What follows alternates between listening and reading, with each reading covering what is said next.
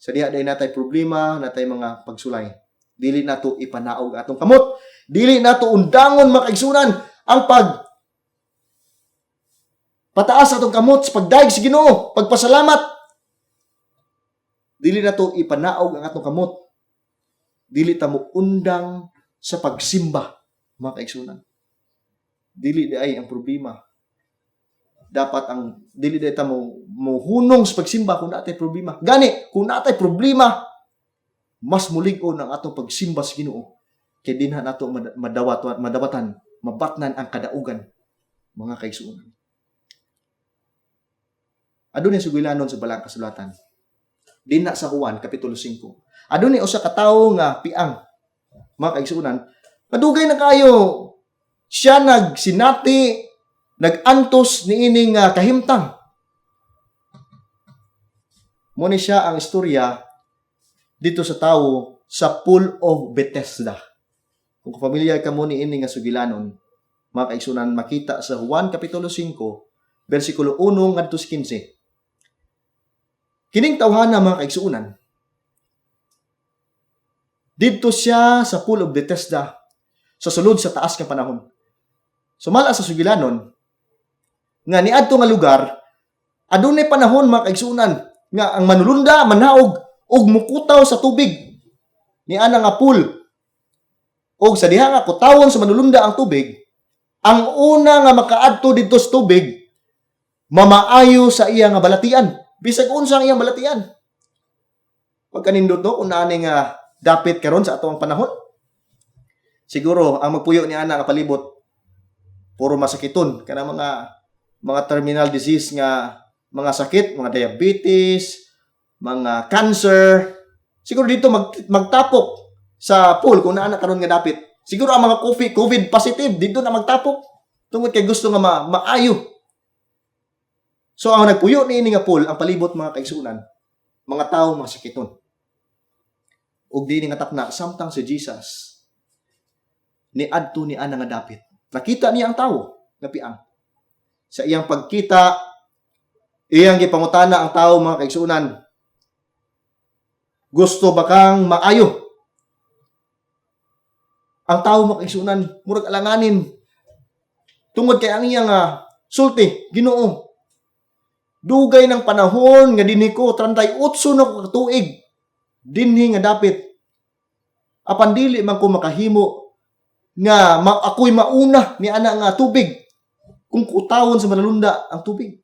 Tungod kay ako piang, aduna po'y mga tawo nga magtamak nako, aduna po'y mga tawo nga mubira nako. Dili gid mahimo nga ako makauna kay makabaton ni anang kaayuhan.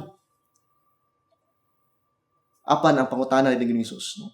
Ang pangutana ni Ginoong Hesus, gusto ba kang maayo? Mga kaigsuunan, diha dayon sa iyang gituuhan. Naingon si Ginoong Hesus, tumindog ka, lumakaw. Ug sa diha dayon, naayo ang maong tawo nga pian. Imagine, sa sulod sa 38 katuig nga iyang pag-antos, mga kaigsuunan, may abot ra gyud ang panahon nga nabatnan niya ang kaayuhan. Kung ang tawo nga piang wala nakapaabot sa 38 katuig, kung ang tawo nga piang sa ika-35 katuig may give up, may pauli sa ilang dapit kay tungod nga nawada na sa paglaom, dili niya mahikaplagan si Ginoong Hesus ni anang ni adtong taknaa. Apan tungod kay ang tawo mipadayon, milahutay hangtod sa ika-38 katuig, makita nato dinha nga ang panahon, timing nga adunay panahon nga nag-adto si Ginoong Hesus. Nabatnan niya dili lang ang panglawas nga kaayuhan, apan nabatnan niya ang espirituhanon tungod ingon ang Ginoo, gipasaylo ka na sa imong sala. Mga kaigsuunan, kung naman tayo ginahambin nga mga problema, naman tayo ginadaladala, nga ginaantos, nga dugay na, kaayo na ito nga ginaantos. Sultian ko ikaw, ayaw ayaw ka wala sa paglaom. Ang Dios adunay gitagana kanimo tingali sa unahan. Adunay mga milagro nga moabot sa imong kinabuhi. Kung naa man kasbalatian karon, saligi ang Ginoo nga sa unahan aduna siya giandam nga maayo alang kanimo. Mga kaigsunan na atong kinahanglan lang yun. Mula hutay o mupadayon ngadto sa unahan, bisan luyos ka sakit, mga kalisod nga atong magian sa atong pagpangalagad. Mga kaigsunan, kinahanglan dili ta mo hunong sa pagpadayon sa unahan. Tungod ang Dios adunay purpose nga miabot ni nga mga sirkumstansya sa atong kinabuhi. Tanawa ang sugilanon ni Lazarus. Makita na to sa diyang nagkasakit si Lazarus, suod magid kaayo ni Jesus. Si Lazarus apan sang nadungog ni Jesus Christ nga ang iyang suod nga higala nagsakit. Nagpabilin pa siya dito sa iyang nga giministeryuhan. Wa pa siya dayon nga adto sa iyang nga amigo. O atong nabaluan nga si Ginoong Hesus kay balos tanang butang. Kay balos siya nga ang sakit ni Lazarus makamatay. Apan mipabilin siya. Adunay gitawag nato nga delay sa iya nga pagbisita dito kay Lazarus. O nahitabo gyud nga namatay si Lazarus nga wa pa nakabisita si Ginoong Hesus. Makita nato ang sugilanon sa Juan kapitulo 11 mga kaigsunan. Si Martha ug si Mary, grabe ilang pagpangasubo. Tungod kay ang ilang igsuon namatay. Og daw wala lang gi tagad ni Ginoong Hesus tungod kay nagpadugay-dugay pa siya didto sa lain nga dapit. Apan ang Dios sa iyang kaalam in His omnipotence and omniscience kay balo siya. Apan adunay siya tuyo. Nganong naglangay-langay siya mga kaigsunan.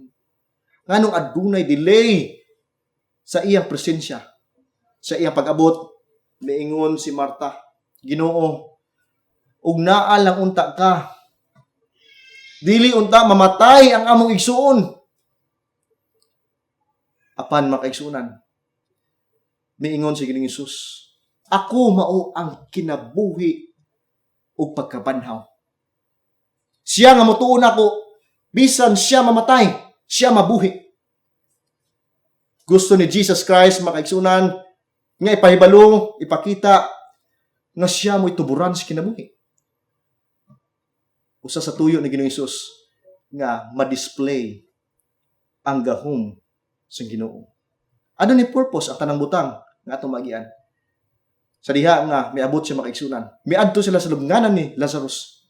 Iyang gitawag si Lazarus ug nabanhaw ang iyang suod nga amigo. Diin puno sila og kalipay. After 4 days pa, sulod pa sa 4 ka adlaw bago nabanhaw o bago miabot si Ginoong Hesus. Apa nakita nato nga ang Ginoo na gyud ay tuyo. Sa atong kinabuhi mga kaigsunan, kung naaman tayo mga kasinatian, nga daw lisod ang atong pagkinabuhi, ang atong pag-alaga daw lisod. Sige lang, padayon sa unahan, mga kaigsunan, tungod kay ang Ginoo, aduna siya giandam. Kung atong itugyan ang atong kinabuhi, dias kamot sa Ginoo, iplastar sa Ginoo ang dagan sa atong kinabuhi. Kung ato lang sa saligan, o atong tumanon ang iyang kabubuton, sundo na to ang prinsipyos balang kasulatan, mga kaigsunan. Ang atong kinabuhi, mahimunghan ay o plastaron sa Ginoo ang atong kinabuhi. Ganahan ko aning ingon ni Martin Luther King Jr. Ingon siya, og dili ka mulupad, then mudagan ka. Og dili ka makadagan, lakaw. Og dili ka makalakaw, kamang. Bisag unsa ang imong pagabuhaton, kinahanglan ka mupadayon sa unahan. Nindot ka, quotation mga kaigsunan. Bisag unsa atong pagabuhaton, kinahanglan aduna kitay progress. Labi na gyud sa pagpakalagad. Bisag unsa ang atong buhaton, bisag sa hinay-hinay, at least naatay growing o growth mga kaigsunan. Labi na gyud sa atong relasyon, pakigsuod sa atong Ginoo ug manluluwas nga si Ginoong Hesus. Adunay usa ka sugilanon sa tawo nga ginganlan si George Mueller. Tingali, familiar mo ni ini nga tao. Kini siya nga sugilanon, girelate kini sa usa ka kapitan sa usa ka barko. Mingon ang usa ka kapitan sa barko. Wala pa ko makakita sa samang pagtuo sama ni ining tawhana nga si George Mueller. Nga naman, atong paminawan ang iyang istorya. Kini si George Mueller, mga kaigsuunan, usa ni ka businessman o matidabangon kayo, labi na gyud sa mga kabataan. Nagatukod siya og mga orphanage, tukod siya og mga foundation, og sponsorship, scholarship sa mga kabataan. Labi na gyud kadtong mga kabataan nga walay ginikanan. Ganahan siya mutabang, mga kaigsuunan. Usa siya ka missionary nga businessman. Og samtang kini si George Mueller, aduna siya appointment dito sa lain o sa pikas nga dapit o kontinente, misakay sa og usa ka baruto. Niadto panahon na wala pa eroplano. Ang pinakapaspas nga transportation mao ang barko. So misakay sa baruto nga ginganlan kaniadto og steamboat. Samtang siya nagsakay, mga kaigsuunan, muagi man kini ang barko dapit sa Atlantic Ocean. Og nahibalo kita nga diha sa Atlantic Ocean, dagan kaayo og mga iceberg. Subusa, careful kaayo ang maong kapitan sa barko. Sa tunga-tunga, mga kaigsuunan, sa wadam ha, may abot man kining baga kaayo nga fog, ambon, nga dili nila makita ang unahan. Busa, delikado kaayo sa barko nga mupadayon tungod kay adunay fog, baga kanya fog. Miingon ang kapten, muhunong sa ta, muangkor ta, kay dili ta makakita sa atong dalan, sa unahan. Apan si George Mueller na balaka, tungod kay kinahanglan siya muadto niya nga dapit, kay adunay daghan nga mga kabataan nga nanginahanglan sa iyang tabang. Ug niya ang appointment, kinahanglan dili siya mapakyas. So sulod siya sa iyang kwarto, miluhod siya, mga kaigsuunan, miampo sa Ginoo. By faith, ingon siya, Ginoo, kuha kining fogs within 5 minutes. Kay balo ikaw sa akong tuyo, nga moadto ako ni ini nga dapit, aron magatabang ako ni ini nga mga kabataan ug uban pa ni ini nga eskwelahan. Mga kaigsunan, may gawas sa iyang kwarto, may adto siya diretso sa kapitan sa barko. Iyang istorya, ingon sa kapitan sa barko, padayon ta og lakaw, padayon ta sa biyahe. Ingon ng kapitan, dili pwede, delikado mo padayon kita. Ingon si George Mueller, padayon kita kay miampo na ko sa Ginoo nga walaon sa Ginoo kining fogs within 5 minutes. Ingon ng kapitan sa barko, unya unsa man ni ana kung niampo ka, wa man ko gatuo ni anang imong Ginoo. Mga kaigsunan, ingon si George Mueller, wala kami tuo, apan ako mituo ko sa Ginoo. Tanawa gani, mga kaigsunan, migawa sila. Pagkakita sang kapitan sa barko, natingala siya, mga kaigsunan. Nga perting hawana, perting tinawa sa ilang palibot, nawala ang fogs within 5 minutes. Wow! Grabe nga pagtuo, grabe nga pagampo, mga kaigsunan. Grabe nga pagampo, nakapadayon siya sa iyang lakaw, nakaabot sa iyang appointment on time. Usay sa itong pagpangalagad, muuning matabo usahay. Nga maabot ang sirkumstansya nga adunay ngit-ngit, adunay fogs, nga dili na to makita ang unahan. Nga wa kita kabalo, kung unsa atong dangatan, kung kita mo padayon.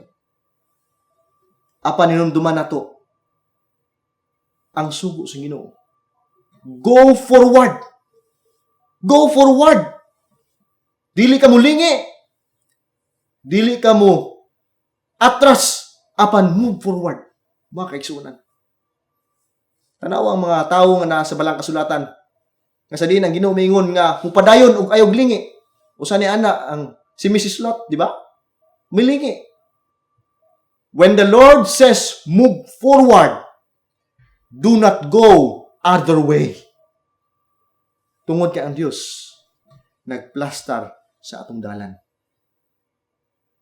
Pag-abot sa mga sirkumstansya, no? usa ni kining pandemic, ang mga tawo, ang ato mga kaigsuonan, daw nataha nga moadto sa iglesia, moadto sa simbahan tungod kinahadlok sa virus o unsa ba. Mga kaigsuonan, mupadayon kita sa pagkamainiton sa pag-alagad sa Ginoo, labi na gyud sa ato nga pagpanimbahon sa atong Ginoo. Kaya nga naman, ingon na Ginoo, padayon tungod kay naa siya gipreparar nga dalan. Nahinumdum kita sa unang panan-aw ni Ellen White. Ang iyang first vision nga na-record din na sa early writings, mga kaigsunan. Page 13. Nakakita si Ellen White og kaning dalan nga gitawag niya nga dalan sa mga Advent people. Ang mga katawan nga nagpaabot sa Ginoo didto naglakaw, nagsubay sa mga dalan. Paibabaw og sa iyang pagtan-aw. Nakita niya dito nga adunay mga tawo nga naluya ug ang dalan usa ka sigpit nga dalan, ang uban naluya, nadiskuryo kay ang ilalom niini ngit-ngit kaayo ang palibot, ngit-ngit. Ang uban nahulog, nadiskuryo. Apan kadtong nagtutok sa unahan, kadtong nagpadayon nga nagatutok sa unahan nga din dito sa tumoy, naa si Ginoong Hesus nagdupa sa iyang kamot.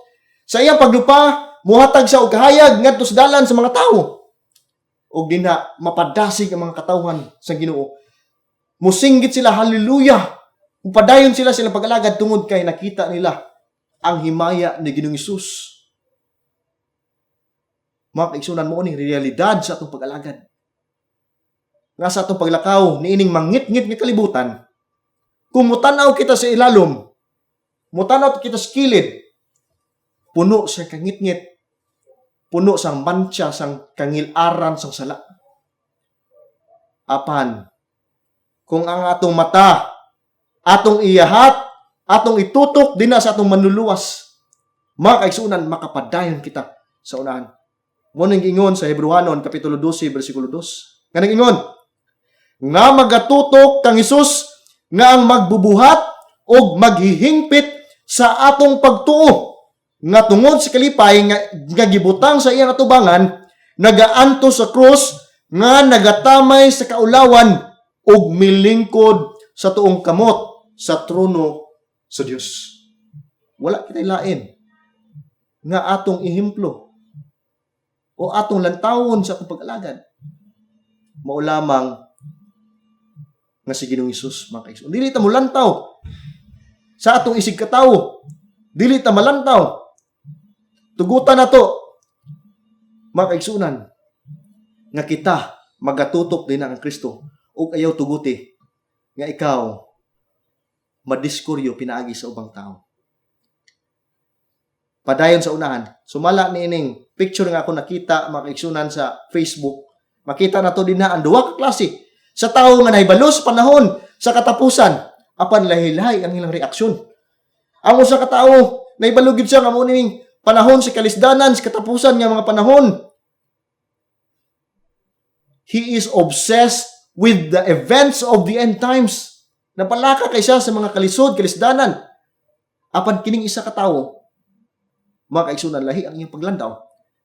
Nakita niya ang gugma sa Ginoo, nakita niya ang pagiya sa Ginoo, pinagi sa propesiya, nga bisan di ay moabot ang kalisod. Adunay paglaom tungod kay ang gugma sa Ginoo magahatag ka natong kadaugan. Ang grasya sa Ginoo magahatag natong kadaugan. Mingon ang Ginoo, midupa siya diha na Kalbaryo sa cross, ngingon, natapos na. Gidaog na sa Ginoo ang kalibutan, mga kaigsunan.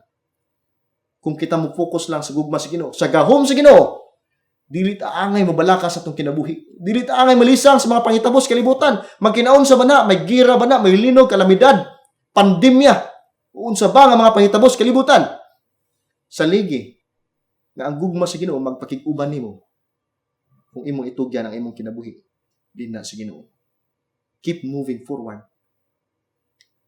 Og sa atong pagpadayon, ingon dinha, God will not guide your steps if you are not willing to move your feet. Gihan kita sa Ginoo kung kita magtugyan kaniya ug willing kita ang mosunod kaniya. Apan kung dili kita willing, mga kaigsunan, God will not guide our steps if we are not willing to move our feet. Gisulayan sa Ginoo ang mga Israelinon. Sa ikaduhang higayon, didto sa suba sa Jordan. Sa diha nga sila mutabok, mga kaigsunan, padulong na sa yutang saad. Miingon ang Ginoo, ang instruction sa Ginoo lahi kaysa dito sa Red Sea. Tungod niadtong panahon, gibuka sa Ginoo ang dagat ay ha nga mitunob ang mga Israelinon sa mala nga dapit. Apan ini nga panahon ingon ang Ginoo, magmarcha kamo, tunog una kamo sa tubig, kay akong pagabuakon ang maong suba. Kato nga suba, mga kaigsunan, and that time grabe ang pagbaha, usa ka dako nga suba, dili kaya nga tabukon sa tawo, mga kaigsunan. Apan ingon ang Ginoo, tunog. No, tunog akong pagabuakon ang suba og tinuod, mga kaigsunan. Sa diyang pagtunob sa mga pare nga nagdala sang Ark of Covenant, nabuak ang maong suba ug miagi sila sa malanga dapit, malanga yuta ug mga bato. Nakita nila, mga kaigsunan, ang gahom sa Ginoo. Usay sa atong kinabuhi, bubuka ang dalan. Tagaan kita sa Ginoo sang dalan. Usahay pod, kinahanglan kita mo step forward una, bag-o kita tagaan sa Ginoo ug dalan. Ang ato lang, mga kaigsunan, is dili kita mo atras, dili kita mo sibog sa pag-alagad sa wala man sa tao. Apan mo padayon kita sa unahan, tungod ang Ginoo magagiya ka nato hangtod ni anang pulianan nga langit nun. Ang Dios magpanalangin ka natong tanan. Magaampo ta, mga kaigsunan. Makagagahom og Dios nga puno sang kaluoy, puno sa gugma, niini nga adlaw nga ipapahulay. Dako among pagpasalamat tungod sa mga bulawanong pulong mensahe nga among nabatnan. Nagahatag namo og kalig-on sa pagpadayon sa mga pag-alagad, luyo sa mga pagsulay ug mga hagit sa kalibutan. Ikaw lamang magiya ka namo sa among dalan. Ang imong kahayag magalamdag ka namo nga sa among paglakaw, magasubay kami sa imong kabubuton. Wala kami mahimo sa among kagalingon, puno kami sa limitasyon o pagkapakyas, apan tabuni kami sa imong grasya. Ang pagkaperpekto sa pagkamatarong ni Jesus mo'y among maangkon o sigurado ang among kaluwasan. Salamat, O Dios.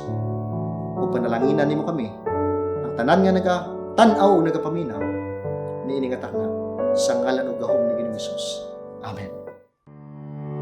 Kining inyong higala, si Pastor Wendell Munggaya Serrano, nga inyong igsoon usab, magkapadasig sa matag sa kaninyo sa pag-like, pag-share, labaw sa tanan sa pag-subscribe sa atong YouTube channel ng pangalan Wendell Munggaya Serrano, ug ayaw kalimot sa pag-click sa notification bell hangtod sa sunod nga higayon magkita na usab kita.